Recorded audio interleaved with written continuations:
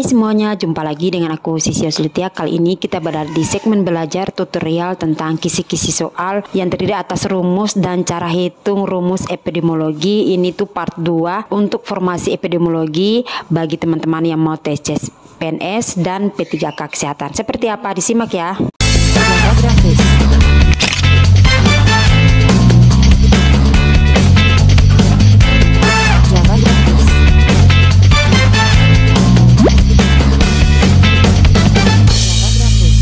Yang pertama kita akan membahas tentang ukuran dalam ilmu epidemiologi, di mana sumber data mortalitas itu ada 4. Yang pertama sistem registrasi vital, sensus dan survei penduduk, dan juga ada penelitian dan ada perkiraan estimasi. Jadi sumber data mortalitas itu terdiri atas 4 hal ya. Faktor-faktor yang mempengaruhi mortalitas sistem registrasi vital yang pertama yaitu faktor langsung atau faktor dari dalam.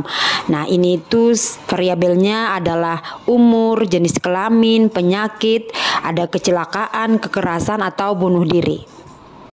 Untuk faktor tidak langsungnya atau faktor dari luar, nah variabelnya itu adalah tekanan baik secara fisik maupun fisik. Ada juga kedudukan dalam perkawinan, kedudukan sosial ekonomi, tingkat pendidikan, pekerjaan, beban anak yang dilahirkan, tempat tinggal dan lingkungan, serta tingkat pencemaran lingkungan, fasilitas kesehatan dan kemampuan mencegah penyakit, serta politik dan bencana alam. Ukuran yang biasanya ada dalam epidemiologi meliputi ukuran perhitungan angka kesakitan atau morbiditas, angka kematian atau mortalitas, dan angka kelahiran atau fertility. Nah, ini tuh dilihat menurut sifat-sifat orang atau waktu atau time, dan ada tempat.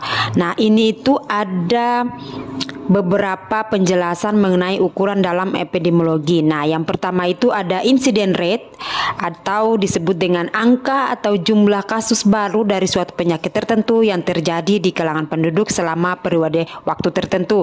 Nah, rumusnya itu adalah incidence rate sama dengan jumlah kasus baru suatu penyakit selama periode tertentu dibagi dengan populasi yang berisiko dikalikan dengan 1000. Yang kemudian ada B, attack rate adalah jumlah kasus menular yang terjangkit dengan cepat di daerah yang luas dan menimbulkan banyak korban atau wabah, dengan rumus attack rate sama dengan jumlah kasus selama wabah dibagi dengan populasi yang berisiko dikali dengan 1000. Yang ketiga ada case fatality rate atau CVR, adalah angka perbandingan antara jumlah kematian terhadap penyakit tertentu yang terjadi pada 1 tahun dengan jumlah penduduk penderita penyakit tersebut pada tahun yang sama. Nah, ini tuh ada rumusnya di mana CVR sama dengan jumlah kematian karena penyakit tertentu dibagi dengan jumlah seluruh penderita penyakit tersebut dikali dengan K.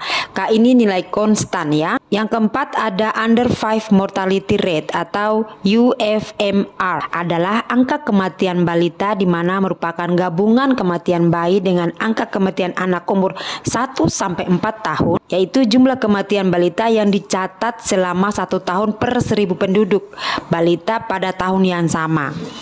Nah, ini tuh ada rumusnya, under 5 mortality rate atau UFMR sama dengan jumlah kematian balita dalam 1 tahun dibagi jumlah penduduk balita pada tahun yang sama dikali dengan nilai konstan. Berikutnya ada neonatal mortality rate atau NMR, adalah jumlah kematian neonatal atau bayi berumur kurang dari 28 hari yang dicatat selama 1 tahun per 1000 kelahiran hidup pada tahun yang sama. Berikutnya ada crude birth rate atau CBR, adalah semua kelahiran hidup yang dicatat dalam 1 tahun per 1000 jumlah penduduk pertengahan tahun yang sama. Berikutnya ada age specific fertility rate atau ASFR, adalah angka kehamilan menurut golongan umur yang dicatat selama 1 tahun tertentu per 1000 penduduk perempuan pada golongan umur tertentu pada tahun yang sama. Berikutnya ada total fertility rate atau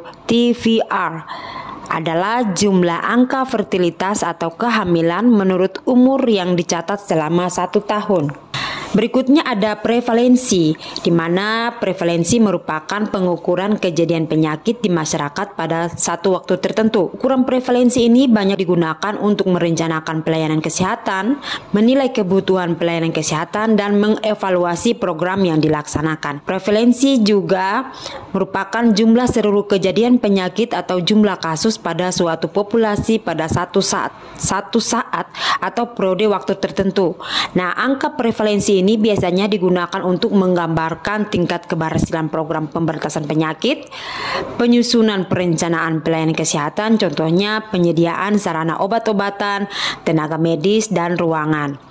Nah, yang ketiga, menyatakan banyaknya kasus yang dapat didiagnosa.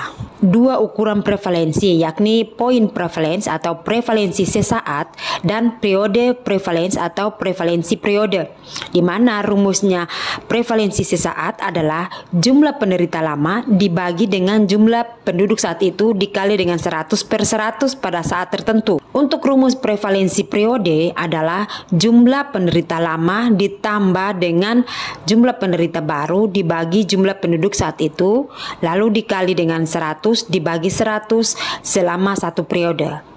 Jadi ini tuh ada perbedaan pada saat perumusan ya, di mana ada perbedaan penderita lama untuk prevalensi sesaat. Nah, prevalensi periode itu penderita lama dan baru itu nilainya ditambah. Nanti ada contoh soal di belakang. Ini dia contoh soalnya. Kita ke nomor 1. Jumlah kematian anak berusia kurang dari 5 tahun akibat diare di rumah sakit X dilaporkan sebanyak 79 orang. Jumlah anak yang berusia kurang 5 tahun pada tahun yang sama sebanyak 319 orang. Berapa nilai UFMR-nya untuk penyakit tersebut? Nah, kita mulai untuk penyelesaiannya, di mana diketahui kematian balita itu kan 79 jiwa. Jumlah balita di satu tahun itu ada 319 jiwa. Nilai K, nilai konstan yang digunakan adalah 100%. Untuk penyelesaiannya kita menggunakan rumus under 5 mortality rate, di mana jumlah kematian bayi dalam satu tahun dibagi dengan jumlah penduduk balita pada tahun yang sama dikali dengan nilai K. Nilai K di sini 100%. Maka 79 dibagi 319 dikali dengan 100%. Nilai yang diperoleh adalah, silakan teman-teman bisa mencarinya, 24,76%.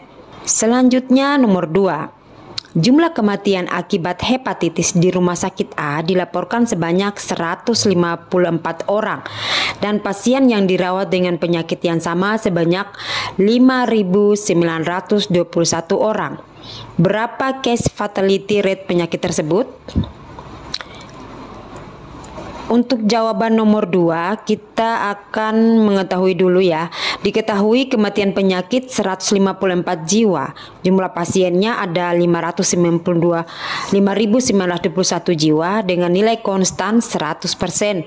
Maka penyelesaiannya adalah CVR sama dengan jumlah kematian karena penyakit tertentu dibagi jumlah seluruh penderita penyakit tersebut dikali dengan nilai konstan, di mana ada 100% di sana. Jadi nilainya adalah 154 dibagi 5.921 lalu dikalikan dengan 100%. Jawabannya adalah 2,60%. Selanjutnya nomor 3.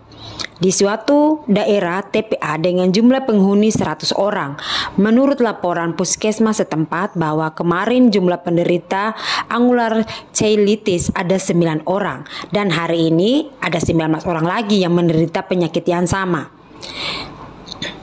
Maka soal ini menunjukkan kita harus menggunakan rumus apa? Ya, ini dia. Jadi kita menggunakan rumus ini. Kita menggunakan jumlah penderita lama ini yang prevalensi sesaat ya. Kita pakai rumus itu, di mana penderita lama 9 orang, lalu kemudian hari ini itu ada lagi jumlah penduduk saat itu 19 orang. Penderita lama 9 orang. Jumlah penghuni 100 orang, maka penyelesaiannya adalah jumlah penderita lama dibagi jumlah penduduk saat itu dikali dengan 100 per 100. Jadi penderita lama di sini sudah kelihatan ada 9 orang. Jumlah penduduk saat itu adalah 19. Nah, ini nilainya, dan jumlah penghuninya 100 orang. Jadi 9 tambah 19 ya dibagi 100 dikali dengan 100%. Jawabannya adalah 28%.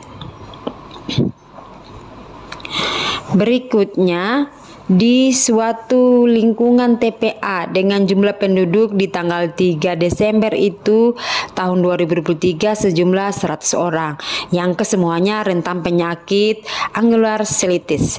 Ditemukan laporan penderita baru sebagai berikut. Bulan Februari kasus lama 6 orang, kasus baru 9 orang. Bulan Maret 15 orang itu kasus lama, 8 orang kasus baru. Bulan Juni ada 9 orang untuk kasus lama, 13-nya lagi itu untuk kasus baru. Bulan September ada 9 orang untuk kasus lama, 8 orang untuk kasus baru. Nah, bulan November itu ada 9 orang dengan kasus lama, 3 orang untuk kasus baru. Nah, dari data tersebut angka prevalensi periode penyakitnya itu adalah apa? Berapa nilainya? Mari kita lihat. Oke. Nah, untuk diketahui di mana penderita lama dan baru itu sudah ada nilainya di sini. Lama ada 6 tambah 15 tambah 9 tambah 9 dan tambah 9. Nah, yang baru itu tambah 9 tambah 8 tambah 13 tambah 8 tambah 3. Nah, jumlah penduduknya itu ada 100 orang saat itu. Nah, penyelesaiannya adalah jumlah penderita lama ditambah dengan baru dibagi dengan jumlah penduduk saat itu dikali dengan 100 per 100 selama satu periode. Jadi nilai yang lama dan baru itu kita tambahkan, lalu kita bagi dengan 100 dan dikalikan lagi dengan 100%. Maka nilainya adalah, apakah sudah dapat nilainya? Sudah keluar belum? Nilainya itu adalah ini 89% ya. Selanjutnya kita ke nomor 5. Yang menjadi sumber data mortalitas yaitu 1. Sistem registrasi vital, 2. Bahan rujukan, 3. Sensus dan survei penduduk, 4. Pengembangan kaidah, 5. Penelitian, 6. Perkiraan atau estimasi, 7. Intervensi. Opsinya adalah A 1, 2, 3, dan 4, B 1, 3, 5, dan 7, C 4, 5, 6, dan 7, D 2, 4, 6, dan 7, dan E 1, 3, 5, dan 6.